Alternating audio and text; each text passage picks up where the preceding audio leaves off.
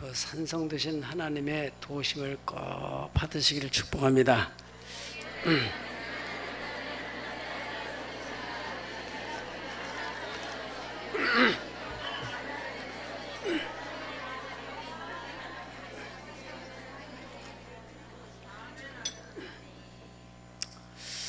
우리가 한평생 살면서 아무런 어려움 없이 평탄하게만 살면 얼마나 좋겠습니까? 많은 사람이 마음으로 자기 길을 계획할지라도 그 걸음은 하나님이 인도하신다고 하신 말씀처럼 예기치 않은 그런 어려운 환난을 당할 때가 있어요.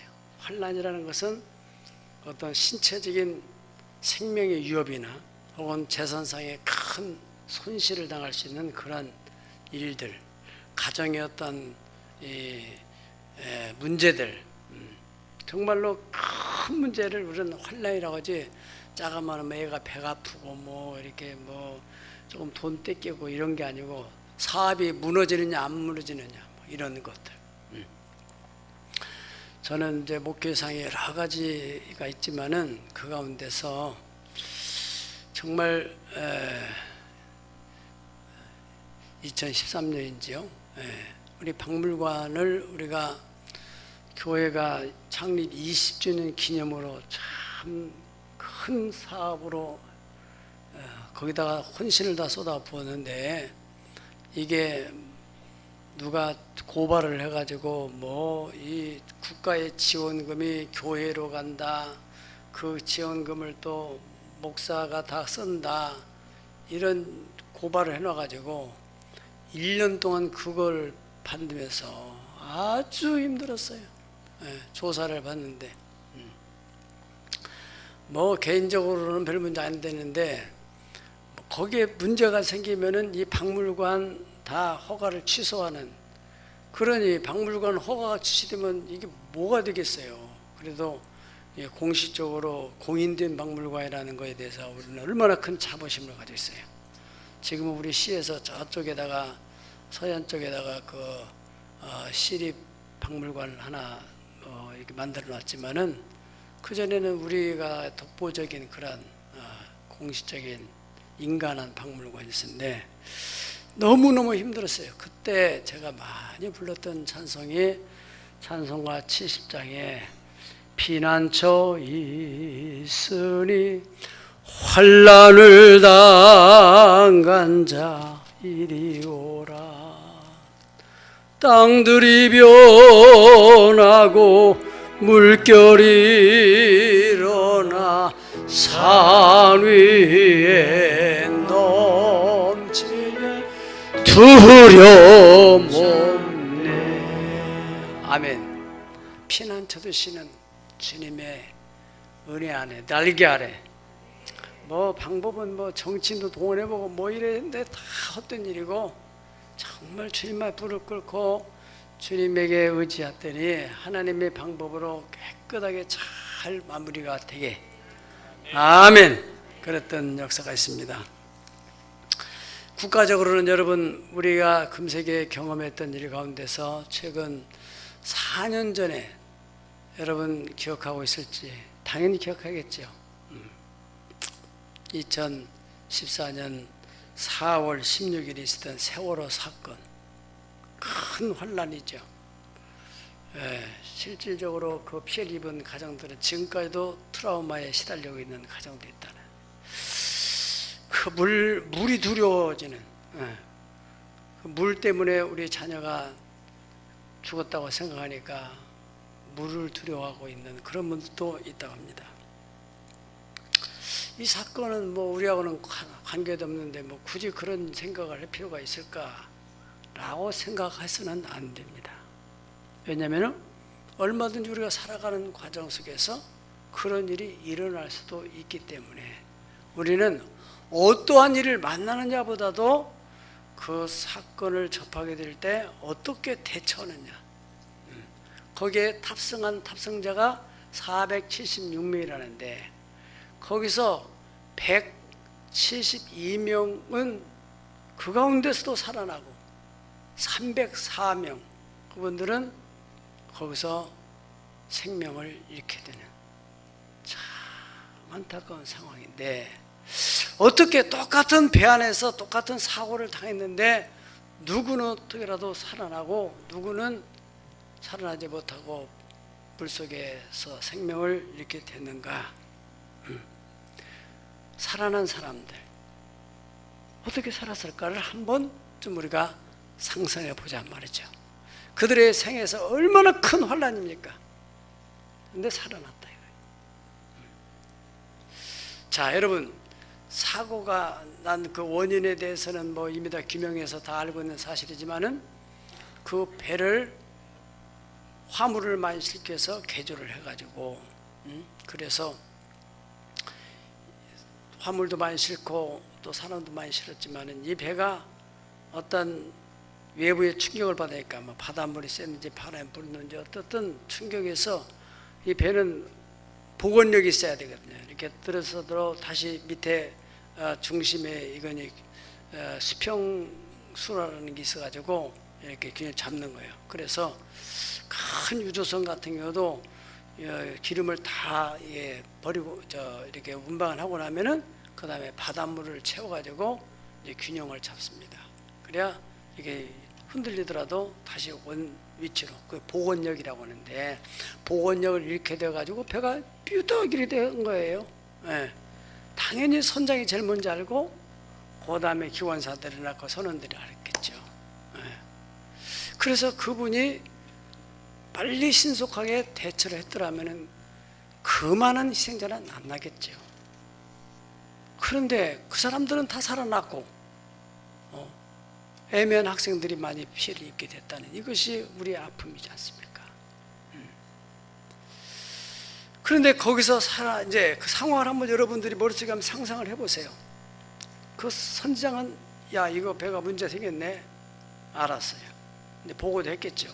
자기들은 조치를 했는데 어떻든 빨리 이 구명선이 다 있으니까 그걸 내려가지고는 피신시키고 또 구명복 조끼를 입혀가지고 이렇게 해서 마지막까지 선장이 책임을 져줘야 되는 거거든요. 그런데 그들은 다 탈출해버리고 가만히 뱃속에 있으라고 하니까 그 착한 아이들은 뱃속에 그냥 가만히 있고 이게 뭐야, 이게 뭐가 문제가 있어, 배가 이게 안 움직인 것 같고 이상하다고. 자꾸 가판이 나온 사람들은 이거 봐라, 이래서는 안 되겠네. 그래가지고 나름대로 조치를 취한 사람들은 살았겠죠. 그리고 최후에 구명조끼도 없어져가지고 이러다가 죽을 수는 없다. 구조하는 또 해군들이 왔잖아요. 그때 맨몸이라도 던졌던 사람들은 구조됐고, 배 안에서 설마 하니 그러고 있었던 사람들은 골든 타임을 놓쳐가지고 그대로 잠수해서 생명을 잃게 된 것이죠. 여러분, 지금 우리 대한민국이라는 큰 배가 경제적으로 안보적으로 지금 어려움을 당하고 있다고 하는데, 아는 사람들은 이러면 안 되겠다고는 돈 있는 사람들이 이민을 가는 사람도 많고, 회사도 여기서는 안 되겠다 해서 외국으로 옮긴 사람들도 있고, 알면서도 어쩔 수 없이 여러분이나 저나 갈 데도 없고 갈 만한 돈도 없고 그런 사람 그냥 앉아있고, 설마 하니 무슨 일이 있겠어, 그냥 가만히 배 안에 있는 학생들처럼 순진하게 있는 사람도 있고, 갑판에서 지금 이러면 안 될 텐데 이거 어떻게 하지, 뛰어내려야 돼요, 이거 어떻게 해야 돼, 이런 사람들도 있겠죠. 1975년도에 월남이 폐망을 할 때, 그때도 똑같이 벌써 딱 이러면 큰일 나겠다, 돈 있고 정보력 있는 사람들은 이미 다 외국으로 도망가고, 그리고 거기서 이미 사건이 터지니까 아이고 이거 여기 있다가는 이제 죽겠네, 그래가지고 배를 빌려 타고 일단은 무작정, 오라는 데는 없고 목적지도 없지만 일단은 배에 올라타서 어디라도 가야 되겠다, 여기 이 땅에서 있다면 죽는다 라고 위기의식을 느껴서 사람들은 배 타고 그냥 떠났는데, 그게 바로 약 90만 명이나 되는 사람들이 보트 피플, 우리는 그 당시에 18살 때 TV를 통해서 그 장면을 목격했어요. 예. 참 안타까운 사실이죠. 여러분, 정말 우리가 그 예수님을 바로 믿는 사람, 정말 예수님이 내 안에 있다고 생각하는 사람은요, 분별력 있는 거예요. 분별력. 그리고 공산주의라는 게 어떤 것이라는 것을 아는 정도. 이 공산주의와 기독교하고는 절대적인 적대 관계입니다. 믿으면 아멘 하세요. 네. 공산주의는 무신론, 하나님이 없다고 하고, 우리 기독교는 하나님은 살아계신 하나님이라고. 아멘. 네. 공산주의는 기독교는 아편이고, 그래 기독교인들을 다 죽여야 된다고. 우리 기독교인들은 하나님의 사랑으로 모든 사람을 다 끌어안고 사랑해야 한다고. 아멘. 그래서 우리가 정치적으로 좌에 있든 우에 있든 간에 예수를 믿는 사람들은 이 땅이 영원한 나라가, 땅이 아니다. 영원한 하늘나라가 있다. 그리고 이 땅에 우리가 사는, 지금 누리고 있는 복은 선조들이 이 땅을 지키기 위해서 피와 눈물과 땀 흘려 지켰어. 이제 나만 누리고 갈 것이 아니라 나 다음 세대의 자녀들에게 좋은 나라를, 더 좋은 나라를 물려줘야 된다. 아멘. 적어도 그런 마음은 가지고 있어야 된다는 것이죠. 예. 그래서 여러분, 이 환난이 온다는 것, 이거는 우리가 국가적으로 좀 크게는 인류사적으로 일어나는 환난도 있고, 또 작게는 국가적으로, 또는 또 작게는 가정적으로, 개인적으로 일어난 환난이 있습니다. 창세기 6장 13절에서 14절을 우리 다 같이 한번 읽어보겠습니다. 시작. 하나님이 노아에게 이르시되 모든 혈육이 있는 자의 포악함이 땅에 가득함으로 그 끝날이 내 앞에 이르렀으니 내가 그들을 땅과 함께 멸하리라. 너는 고페루 나무로 너를 위하여 방주를 만들되 그 안에 칸들을 만고 역청을 그 안팎에 칠하라. 아멘. 하나님께서 노아에게 인류의 대심판, 대홍수가 일어난다 말씀하셨어요. 그때 그 상황은 전혀 홍수가 일어날 것 같지 않아요. 노아는 하나님 말씀을 듣고 하루 이틀 10년, 20년, 30년 꾸준히 배를 만들었다는 것입니다. 가족도 적어도 일가 친척들은 이해를 못했지만은 가족들만큼은 아버지의 명령을 따라서 한마음 돼서 배를 만들었다는 거예요. 그래서 하나님이 때가 되니까 하나님께서 막 물을 쏟아붓기 시작할 때, 그때는 이미 늦은 거잖아요. 문이 다 닫혔고, 설마 하니 무슨 일이 있겠어 했던 사람들은 다 수장이 됐고, 아버지의 말을 따라서 그 배 안에 들어간 사람들은 다 살아났다고. 7장 23절, 여기는 이제 하나님 방주를 만들어 했고 그 안에는 이제 큰 홍수가 일어났고, 7장에서는 이렇게 나왔어요. 시작. 지면의 모든 생물을 쓸어버리시니 쓸어버리시니 곧 사람과 가축과 기는 것과 공중의 새까지라. 이들은 땅에서 쓸어버림을 당하였으되 오직 노아와 그와 함께 방주에 있던 자들만 남았더라. 아멘. 오직 노아와 함께 방주에 있던, 다시 말하면은 피난처에 피한 사람들, 하나님 말씀을 듣고 미리미리 피난처를 준비하고 거기에 피한 사람들은 살았다. 할렐루야. 소돔과 고모라 성이 하나님의 유황불의 심판을 받을 때도 이미 하나님께서 아브라함에게도 알려줘서 아브라함이 그거를 알고 나서 중보기도 했다는 거 아닙니까? 물론 롯, 소돔과 고모라 성에 있는 사람들은 전혀, 아마도 요즘으로 우리가 상상해 본다면은 아브라함이 전화를 걸어서, 야 롯, 지금 네가 살고 있는 성에 하나님이 유황불의 심판을 내린단다. 응? 그래서 휴대폰으로 연락을 했어요. 예. 롯이 어떻게 반응했겠어요? 아유, 작은아버지 무슨 얘기세요? 멀쩡한 애 아무 문제가 없는데 걱정하지 마시고. 저 양반이 나이가 들어가지고 지금 저러는가. 응? 아마 요즘 같으면 그렇지 그랬겠죠.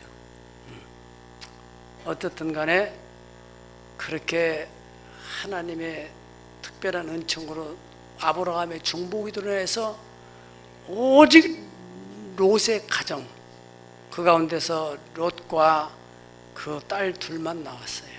사위는 농담으로 생각해서 거기 머무르다가 유황불 맞았고, 나왔다가 절대 뒤를 쳐다보지 말라는데 미련 때문에 뒤를 쳐다보다가 소문기둥이 됐고, 나머지도 이 롯과 두 딸들이 피했다는 얘기입니다. 창세기 19장 23절 26절을 보십시다. 시작. 롯이 소알에 들어갈 때에 해가 돋았더라.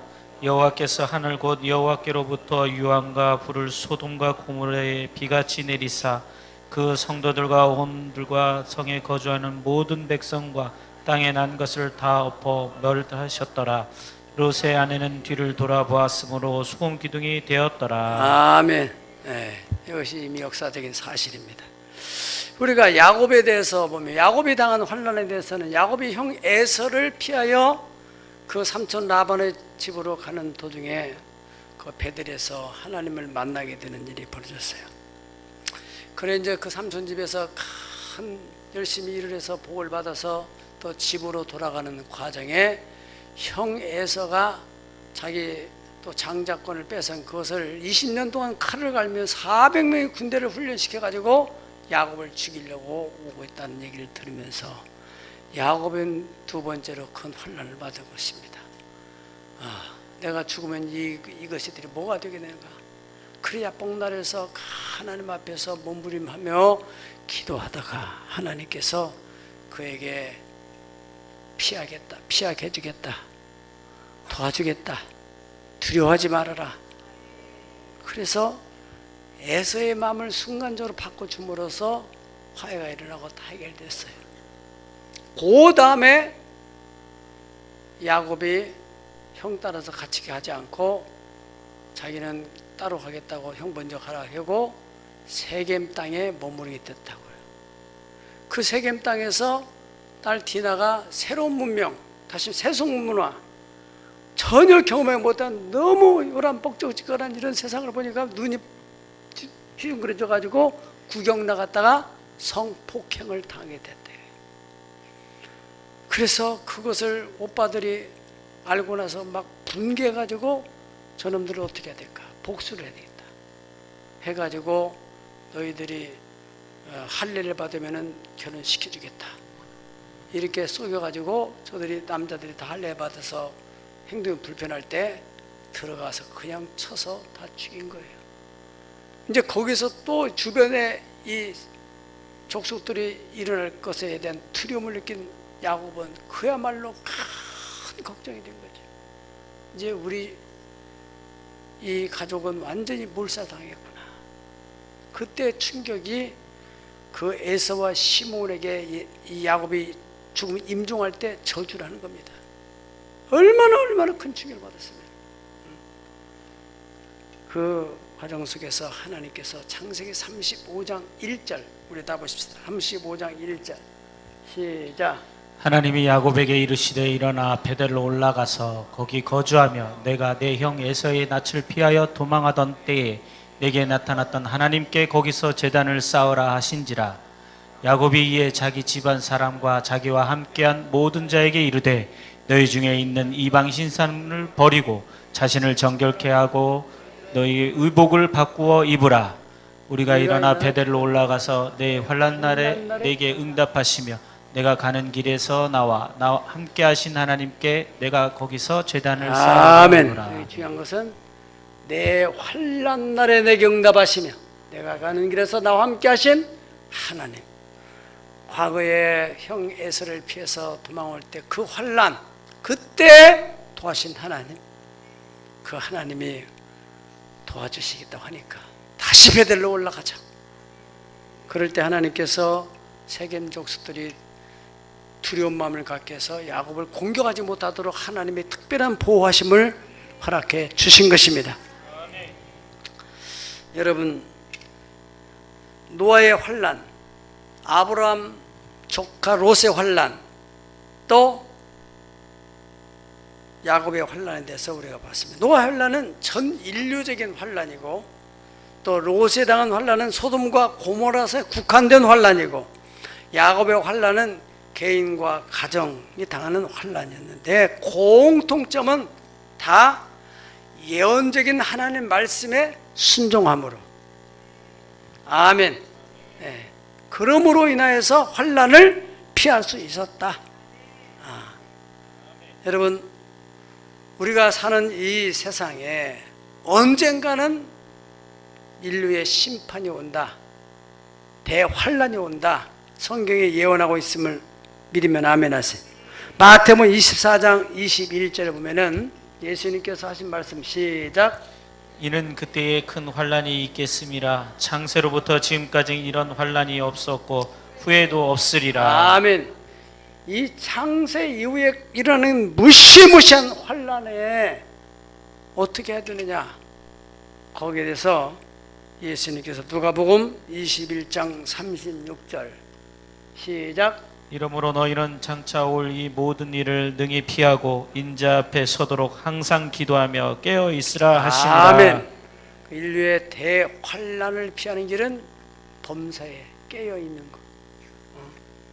늘 깨어서 하나님의 전을 가까이 하는 이것을 지키는 사람들은 반드시 노아 시대처럼, 노아가 피했던 것처럼 하나님 반드시 피할 길 열어줄 줄로 믿습니다. 다윗도 인생 여정에 많은 환난을 당했던 사람인데, 그는 환난의 그때를 상기하면서 이렇게 고백을 하고 있습니다. 사무엘하 22장 5절에서 7절.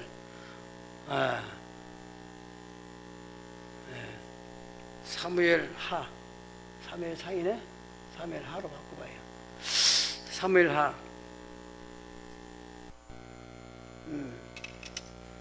뭐라고 고백합니까? 사망의 물결이 나를 애우고 불의의 창수가 나를 두렵게 하였다 그랬습니다. 그야말로 이제 머리까지 다 사망의 그늘이 덮었다는 겁니다. 넘어서 넘겨보세요. 서울의 줄이 나를 두르고 사망의 올무가 내게 이르렀도다. 내가 환난 중에서 여호와께 아뢰며 나의 하나님께 아뢰었더니 그가 그의 성전에서 내 소리를 들으시며 나의 부르짖음이 그의 귀에 들렸도다. 아멘.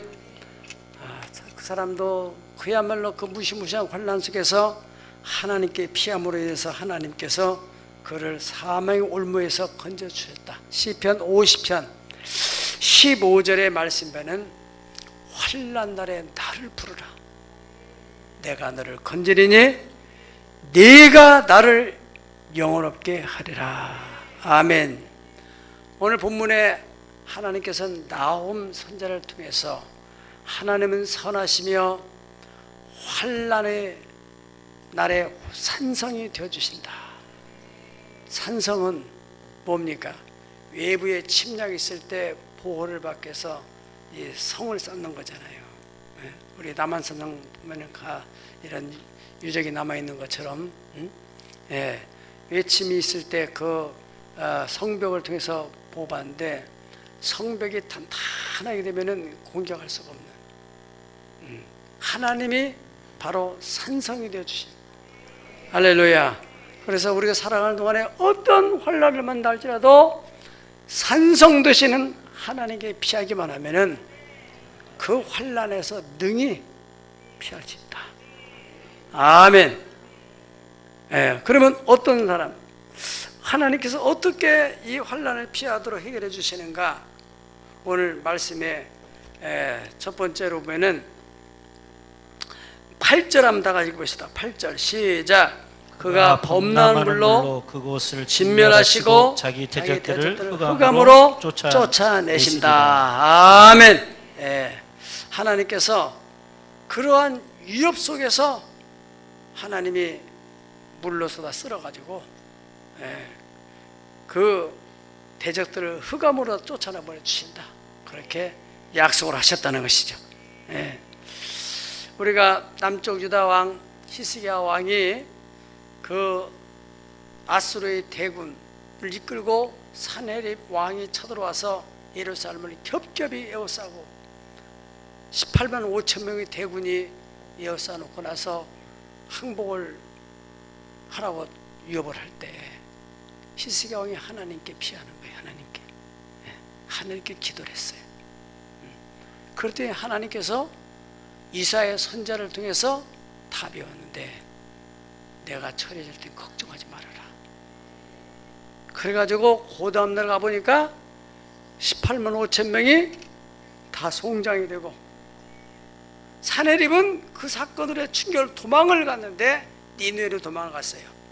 도망가서 자기의 신 니스로 신전에서 제사를 하는데 그 아드람멜렉과 사레셀 이 두 아들이 칼로서 아버지를 쳐 죽이는 것입니다.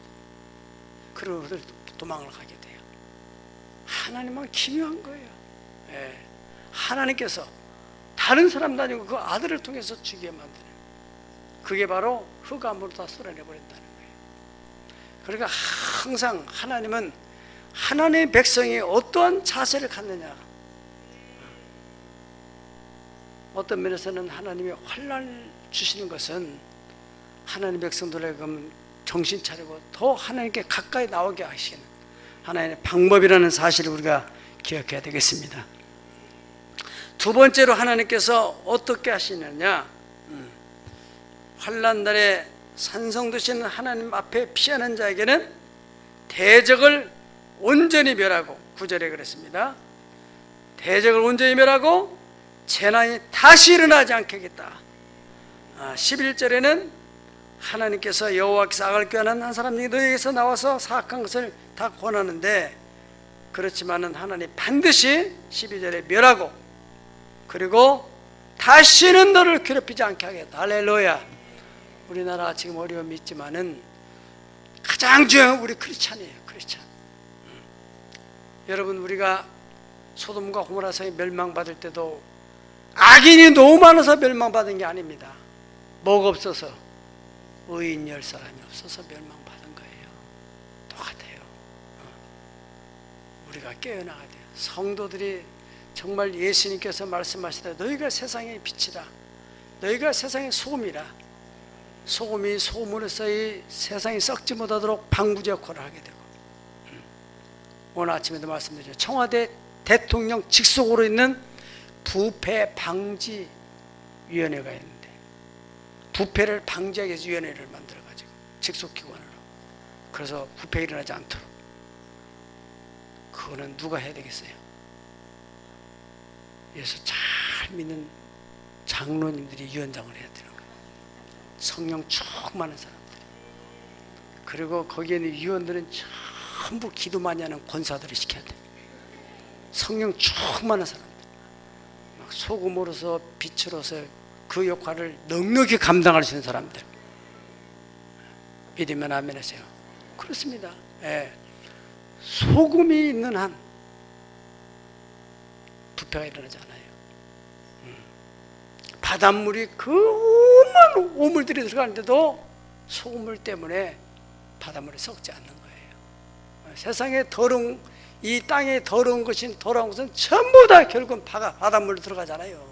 흘러서 그것을 정화시키는 능력이 바닷물이 없다면 우리가 살 수 없을 텐데, 이미 하나님은 다 아시고 바닷물에다 소금기를 넣어서 썩지 않도록 만들어 장치를 해놓으신 거예요.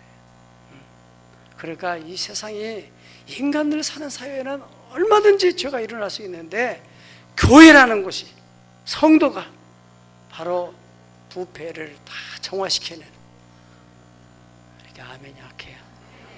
자신이. 그러니까 자꾸 맛을 잃어가니 그래요. 새벽에 나와서 저녁에 나와서 하나님께 기도하면서 짠물을 충전받아요. 계속. 우리 예전에 박물관에 생태관을 만드는데 서울대 교수가 자문을 해줘가지고 거기다가 바다의 생태계를 만들었어요. 갯벌. 어떻게 거기에 짱뚱어가 살고 또 이런 개들이 기어다니고 나무재가 살고 어떻게 가능할까? 그분이 가르치신 대로 다 이렇게 만들어 가지고 일주일에 한 번씩 바닷물 퍼다가 거다 집어넣는 거. 그리고 공급을 하는 계속.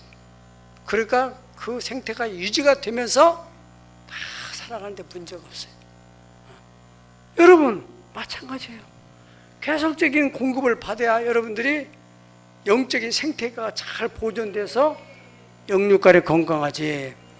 여러분 자꾸 세상에 나가면은 영적으로 에너지를 자꾸 소모하잖아요. 세상 살기가 얼마나 힘들어요.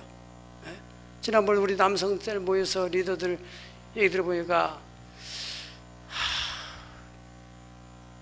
자꾸 이 거래처 사장님이 밥을 같이 먹자고 술을 같이 먹자고 하는데 어떻게 내가 그 힘들겠다고. 힘들죠. 그렇잖아요. 아, 나는 예수 믿는 사람이 술 먹으면 안 되겠는데 자꾸 먹자고 하니, 그러면은 또 이게 안 하겠다고 하니까 거래 끊어가지고 하나님께도 매달리니까 또 하나님이 다른 거래 열어줬다고.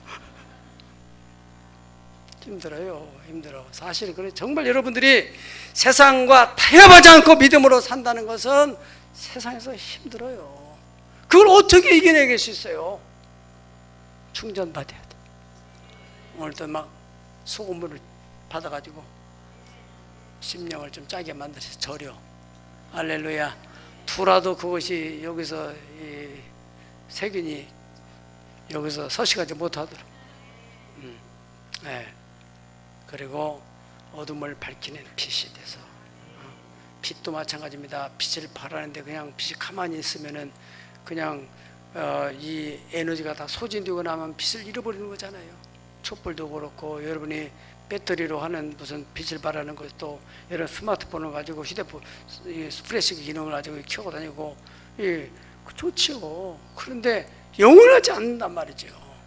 그러니까 나중에는 또 충전을 해서 해놔야만이 그게 충전돼야 또 빛을 내는 것이 있는 것처럼 마찬가지 우리가 계속적인 충전을 받아야 돼. 아멘. 옛날에 붕이 때 한번 은혜를 받았던 사람이 그 은혜를 가지고 유지가 되냐고 이게 어둡지요. 심령도 어두워지고 나도 살기 힘들어지고 은혜 받으면 얼마나 삶에 기쁘고 감사하고 사람들 영향을 미치고 신바람을 일으키고.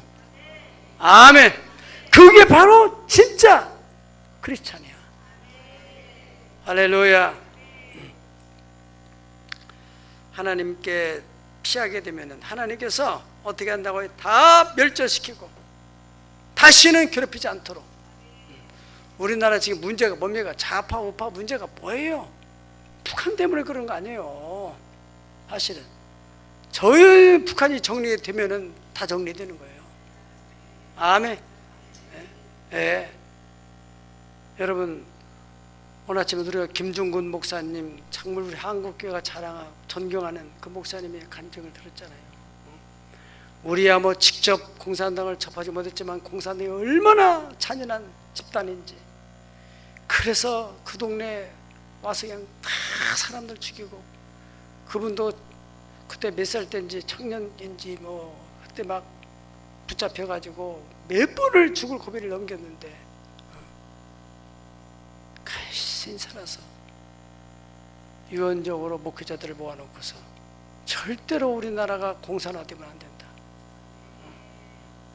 무슨 연방제 뭐 1당 2단계 이건 위험한 거다. 우리 자유 대한민국의 정신을 가지고 우리가 끌어안고 통일을 이루어도 통일을 해야지. 할렐루야. 그게 하나님 방법이에요. 네.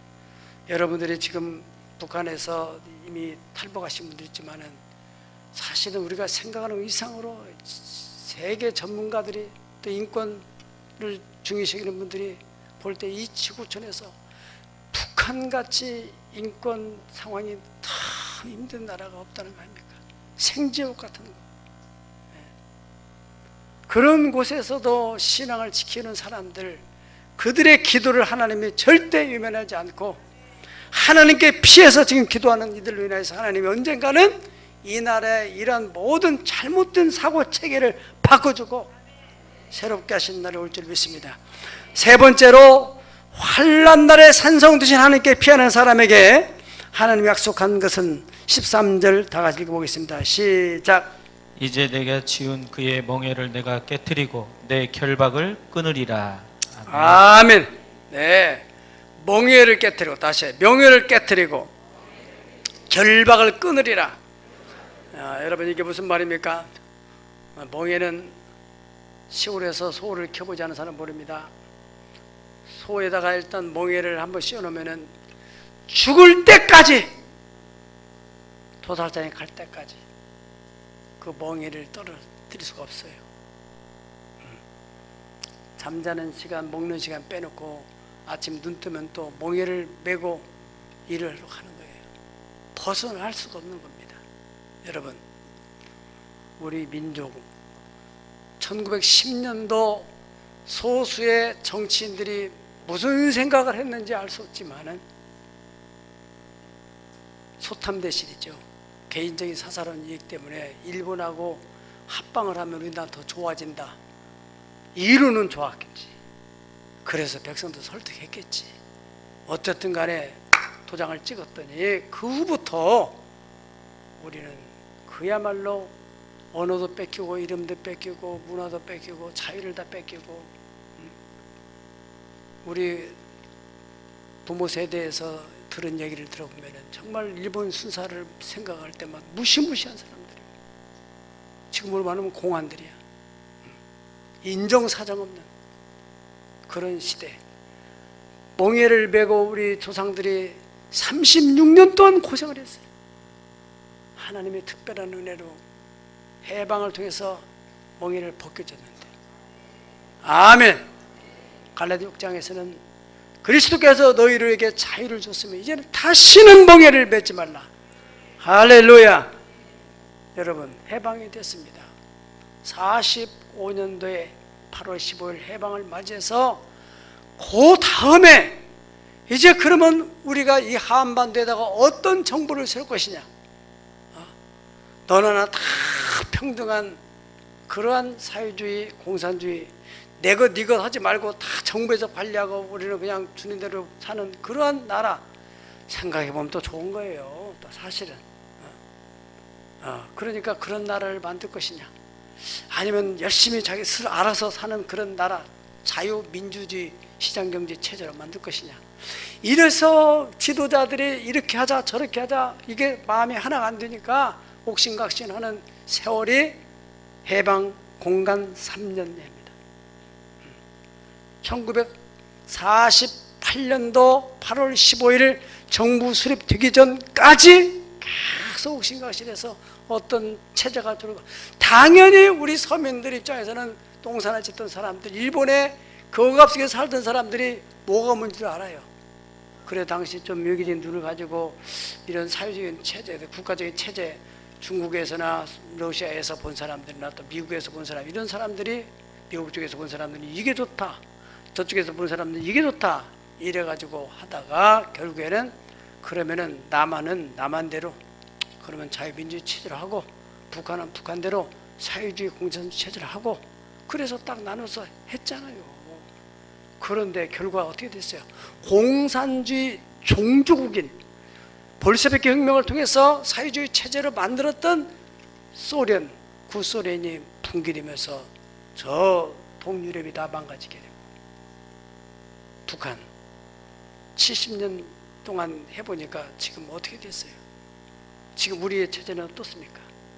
그런데 지금 그 체제와 같이 섞어가지고 해보자고 말이 되겠어요? 생각을 해보세요. 한번 여러분 멍에를 딱 매게 되면은, 법으로 만들어 놓게 되면은 이거 벗어나기 쉽지 않습니다. 무서운 것입니다. 성도들이 빛으로 소금으로서의 사명을 잃어버리고 분별력을 잃어버리게 되면은 우리가 같이 또 그런 또다시 우리 자신으로 끝나는 게 아니고 우리의 자녀 세대까지 생각을 해보세요. 지금 우리 청소년들은 얼마나 이게 세상이 지금 좋은 세상으로 살고 있는지 몰라요. 우리는 어렸을 때 살았던 그 과거이기 때문에 지금이 얼마나 천국 같은 세상을 살고 있어요. 가르쳐줘야 돼요. 애들한테 가르쳐줘야 돼요. 공산주 보트 비풀 이런 사건도 지금 60대 사람들 알지 40대 그 당시에 태어날까 말까 하는 애들이 그런 세계가 있었다는 걸 어떻게 알겠어요. 실제적인 이 세계사 속에 일어났던 사건들인데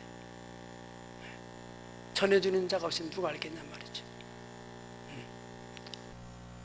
베네수엘라에 대한 얘기도 사람들이 듣기는데 남의 얘기 저는 듣고 있습니다. 거기도 그 체제를 받아들여 가지고 멀쩡한 나라가 석유가 나오는 그런 석유 생산국이요 세계적으로 부강한 나라가 체제를 잘못 받아들여 가지고 국민들이 그게 좋겠다 가지고 새로운 정보를 받아들여 가지고 사회주의 체제를 세팅하라고 하니까 나라가 자꾸 쪼글다가 지금은 좀 생각 있는 사람은 다 외국으로 나가고 나머지만 그 양자가 살아가고 있는 역사를 통해서 교훈을 받지 못하는 백성들은 또다시 그 불행한 역사를 경험하게 된다고 말했던 영국의 아놀드 토인비의 그 역사학자 얘기를 귀담아 들으면서 우리는 우리가 당하는 개인적인 환란이든 국가적인 환란이든 이 환란 때에 어떻게 대처를 해야 되느냐.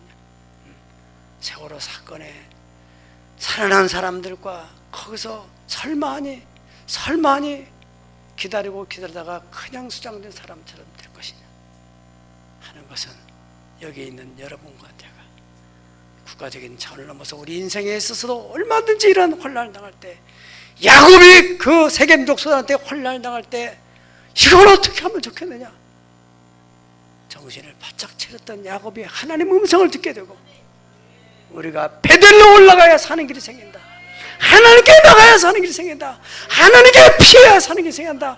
하나님은 환난 날의 산성이시기 때문이다. 하나님 앞에 피하는 저와 여러분들이 하나님의 보호의 은총 아래 살 수 있기를 평안하게 다시는 멍에 맬 일이 없는 그러한 은총 안에 거기를 예수님 이름 받들어 축복합니다. 기도하겠습니다.